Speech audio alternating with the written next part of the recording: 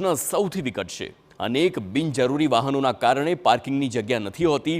આ જ રીતે પાર્કિંગમાં ધૂળ ખાઈ રહેલી સાયકલો જોઈ બાપુનગરમાં રહેતા પહેલ ફાઉન્ડેશનના મુકેશ પટસાળાને એક વિચાર આવ્યો હતો અને કેટલાક લોકોને તેનો ફાયદો પણ મળ્યો। સોસાયટી અને ફ્લેટમાં ધૂળ ખાઈ રહેલી સાયકલને સર્વિસ કરાવી જરૂરિયાતમંદ લોકોને આપી આ પહેલ ફાઉન્ડેશનની શરૂઆત કરી છે। કોરોના સમયથી અત્યાર સુધીમાં તેમણે 500થી પણ વધારે સાયકલો સર્વિસ કરાવી વિદ્યાર્થીઓ તેમજ જરૂરિયાત હોય તેવા લોકોને ભેટ સ્વરૂપે આપી છે। 1000થી વધુ લોકોને સાયકલ આપવાનો તેમનો ટાર્ગેટ છે। મુકેશ પટસાળાને તેમના મિત્રના ફ્લેટના પાર્કિંગમાં અનેક સાયકલ ધૂળ ખાતી જોઈ હતી। આ જોઈને તેમને વિચાર આવ્યો કે આવી સાયકલ જરૂરિયાતમંદોને આપીને તેમની જરૂરિયાત પૂરી કરી શકાય છે। આ માટે તેમણે આજુબાજુના વિસ્તારમાં જઈ સાયકલો શોધી અને જરૂર હોય તેવા લોકોને તે આપતા હતા।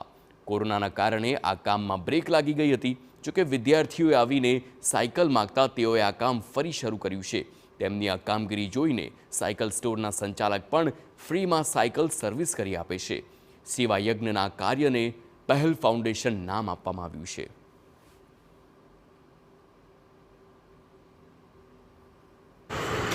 મિત્રોને ત્યાં ફ્લેટમાં જૂની સાયકલો ધૂળ ખાતી જોયા તેથી વિચાર આવ્યો કે આ સાયકલો પડી રહે છે એના કરતાં કોઈ ચલાવે તો કેવું સારું।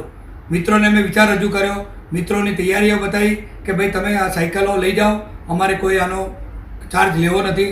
અને મિત્રની એક સાયકલની દુકાન દેવી સાયકલ પર આ સાયકલો પહોંચાડી તેમણે ફ્રીમાં સર્વિસ કરી આપી। કોરોના પહેલાંની આ પ્રવૃત્તિને આજે વેગ ઘણો મળી ગયો છે। 500 સાયકલો અમે જરૂરિયાતમંદ બાળકોને સાયકલો આપી છે। દાતાઓની મદદથી સર્વિસમેનોને 15 સાયકલ નવી પણ આપવામાં આવી છે। આ માટે અમારી પાસે ટીમબળ પણ મોટું થઈ ગયું છે। 20થી 25 છોકરાઓ આખા અમદાવાદમાં આ કામ કરી રહ્યા છે, જૂની સાયકલો શોધે છે અને અમને જાણ કરે છે। ટેમ્પોવાળા પણ અમને ફ્રીમાં સર્વિસ કરી આપે છે અને આ પ્રમાણે અમારી સાયકલને વેગ મળ્યો છે।